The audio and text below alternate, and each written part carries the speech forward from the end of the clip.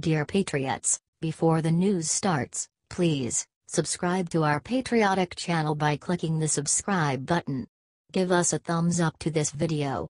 Don't forget to leave your opinion below in the comments section. Share the news on Facebook and Twitter so your friends see it. Thank you. College now teaches students a class called White Racism. Lib professor claims it's not anti-white. It is sad how much hatred and racial division was stoked in the United States during the 8 disastrous years of Democrat Barack Obama's presidency. It is now being felt during the Trump era, with reverse racist bigots openly flaunting their anti-white views. Recently, one radical liberal professor named Dr. Ted Thornhill generated headlines for himself for a course he is teaching at Florida Gulf Coast University called White Racism. The sociology professor had the temerity to claim that his course is not anti-white. Stated Professor Thornhill to Fox News, he made the class to demonstrate that the U.S. has been and remains a white supremacist society. He also alleged that too many Americans, especially whites, are cocooned in a bubble of unreality as it concerns racial matters. Thornhill, who once again asserted that he is not a racist, went on, many whites have subscribed to and promoted racist ideologies, championed and/or enacted scores of racist laws, policies, practices, and traditions, and made incalculable decisions in their daily lives that have operated to maintain white racial domination over blacks and other people of color for hundreds of years. Ted described the class as being anti-white racism. He stated, clearly, not all white people are racists, some are even anti-racist. He claimed, though, that all white people derive, in some measure, material and psychological benefits by virtue of being racialized as white. Do you think this class is racist?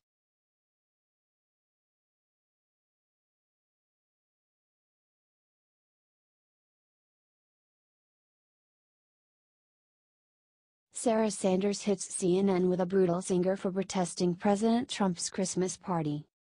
President Trump wrote a few tweets that really got under CNN's skin. That is always fun to do.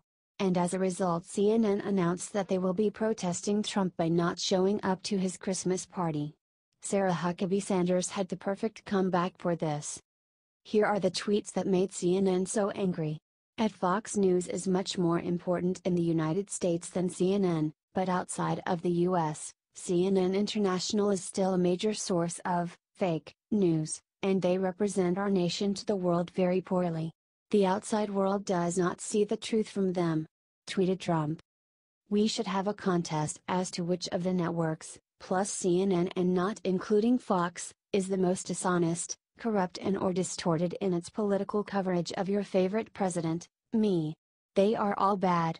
Winner to receive the fake news trophy. Tweeted Trump. As a result, CNN released a statement. CNN will not be attending this year's White House Christmas party. In light of the president's continued attacks on freedom of the press and CNN, we do not feel it is appropriate to celebrate with him as his invited guests. We will send a White House reporting team to the event and report on it if news warrants, wrote CNN. Sarah Sanders had the perfect response. Christmas comes early. Finally, good news from at CNN, she said in response to CNN. Awesome.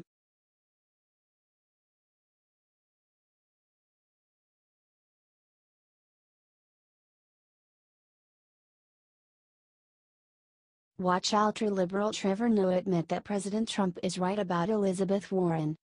Ultra-liberal Daily Show host Trevor Noah does not like Donald Trump. However, even he was begrudgingly forced to admit that he is right about Elizabeth Warren. Trump has pointed out that Warren has pretended to be a Native American to get ahead in life, when in reality, there is no proof at all that she is a Native American. To point this out, Trump calls her Pocahontas. When Trump says Pocahontas, you might be thinking, wait Trevor, I'm confused, is Elizabeth Warren Native American? And you see, that's the question because, for a long time, she said she was, said Noah. Is Donald Trump racist? Yeah. But in his own way, he is hitting Elizabeth Warren for saying she is Native American when she wasn't. Elizabeth Warren did something problematic. So as weird as it is to say, in his own racially offensive way, Donald Trump is being woke. Yeah, and that's, unfortunately, the truth, said Noah. It wasn't easy for Noah to admit Trump was right. And he had to call Trump a racist, of course. But nonetheless, he admitted that President Trump is correct. Elizabeth Warren is a total fraud. It's nice to see even ultra-liberals are able to understand this. In 2012, The Atlantic called her out. Elizabeth Warren is not a citizen of the Cherokee Nation. Elizabeth Warren is not enrolled in the Eastern Band of Cherokee Indians. And Elizabeth Warren is not one of the United Kituwa Band of Cherokee. Nor could she become one, even if she wanted to. Despite a nearly 3-week flap over her claim of being Native American, the progressive consumer advocate has been unable to point to evidence of Native heritage except for an unsubstantiated third-hand report that she might be 1/32 Cherokee, they wrote.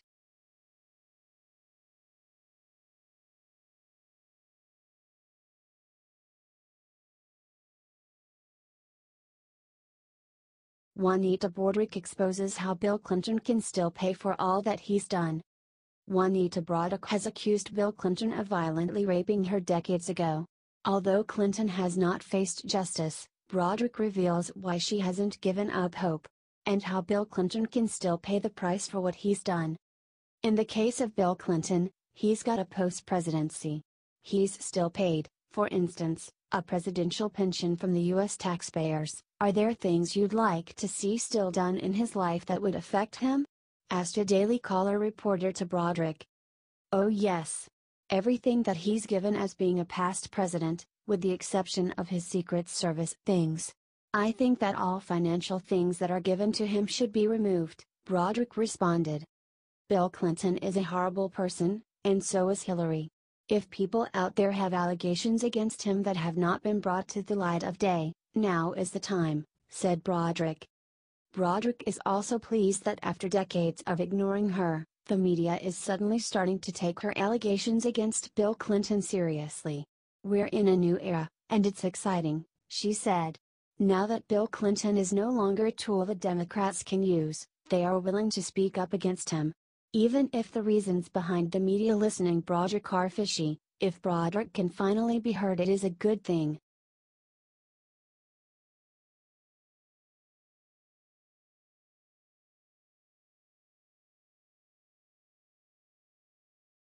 France's president loses it with Middle Eastern refugee, just told her to go back to your country.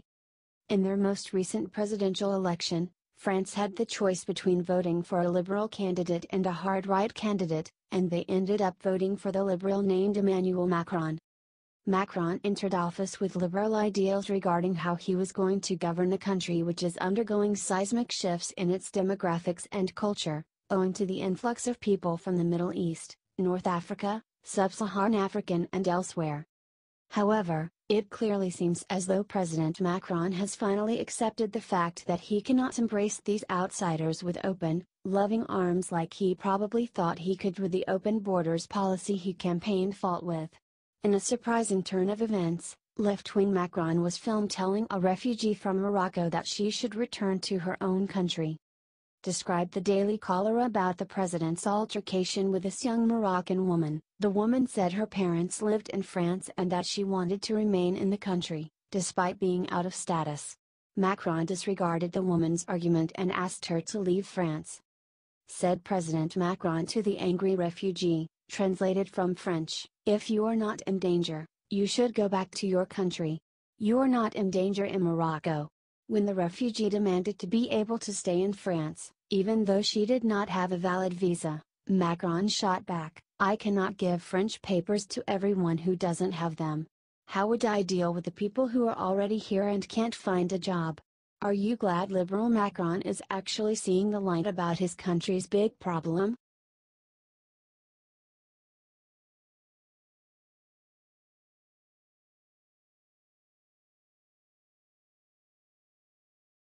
Keep bending over like that, leaked footage reveals creepy things Matt Lauer said to Katie Couric.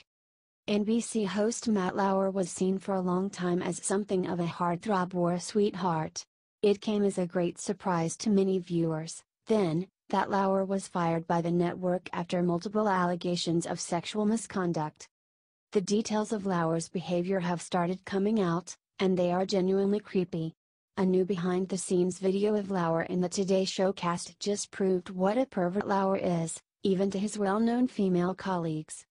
In the video, which is from coverage of the 2014 Winter Olympics in Sochi, Russia, Matt says to one of his employees who was identified as being Katie Couric, "Pretty sweater." He then added, "Keep bending over like that. It's a nice view." In another telling clip that was also just circulated, Couric went on Andy Cohen's show Watch What Happens Live, and host asked Katie to name Matt's most annoying habit. Couric replied, "He pinches me on the ass a lot." Other bizarre details of Lauer's unprofessional behavior at NBC have also been put out by Variety magazine. Stated their report about Lauer, his office was in a secluded space, and he had a button under his desk that allowed him to lock his door from the inside without getting up. This afforded him the assurance of privacy. It allowed him to welcome female employees and initiate inappropriate contact while knowing nobody could walk in on him, according to two women who were sexually harassed by Lauer. Are you glad Lauer got fired?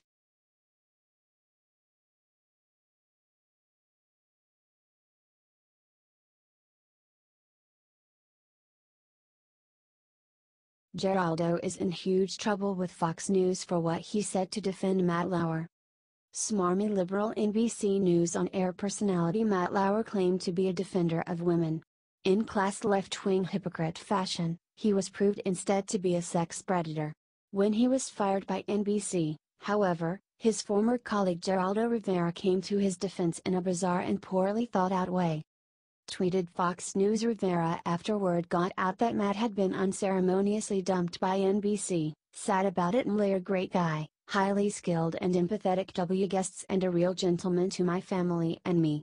News is a flirty business and it seems like current epidemic of #sex harassment allegations may be criminalizing courtship and conflating it predation. What about #Garrison Keillor? Rivera later added, a jerk's a jerk in dating. Sexual harassment should be confined to situations where superior imposes himself on subordinate who feels unable to complain because of power of perp or feared consequences to victims' employment. Shouldn't be used to get even bad bosses or hated exes. Rivera's defense of creepy liberal Lauer did not go over well with the public. Wrote one Twitter user in response, "Not sure having a remote door lock button on your office sex dungeon counts as flirting or courtship, but you're the media professional."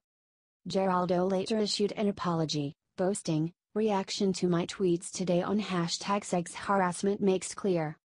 I didn't sufficiently explain that this is a horrendous problem along hidden harassers are deviants who deserve what is coming to them. Often victims are too frightened to come forward in a timely fashion. I humbly apologize."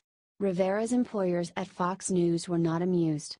Network executives wrote in a statement condemning what Geraldo said, "Geraldo's tweets do not reflect the views of Fox News or its management. We were troubled by his comments and are addressing them with him. Do you think Geraldo should get fired for this?"